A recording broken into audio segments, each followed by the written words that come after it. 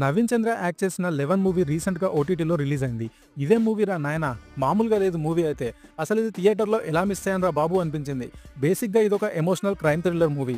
Last minute వరకు thrill ఉంటుంది. Murder mystery మూవీలో సీరియల్ కిల్లర్కి డిఫరెంట్ మోటివ్స్ ఉంటాయి అండ్ ఎగ్జిక్యూషన్ ప్లాన్స్ ఉంటాయి. ఈ మూవీలో కూడా అంతే. కానీ ప్లాట్ పాయింట్ మాత్రం చాలా ఇంట్రెస్టింగ్గా ఉంటుంది.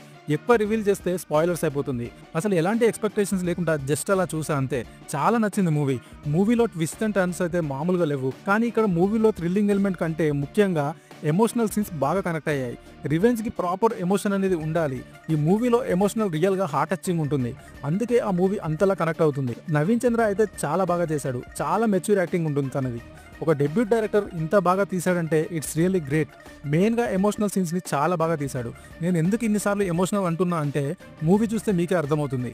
మూవీ అమెజాన్ ప్రైమ్లో స్ట్రీమ్ అవుతుంది. చూడని వాళ్ళు ఉంటే పక్కా చూడండి. మీ టైం అయితే వేస్ట్ కాదు. చూసిన వాళ్ళు ఉంటే మూవీ ఎలా ఉందో కమెంట్ చేయండి.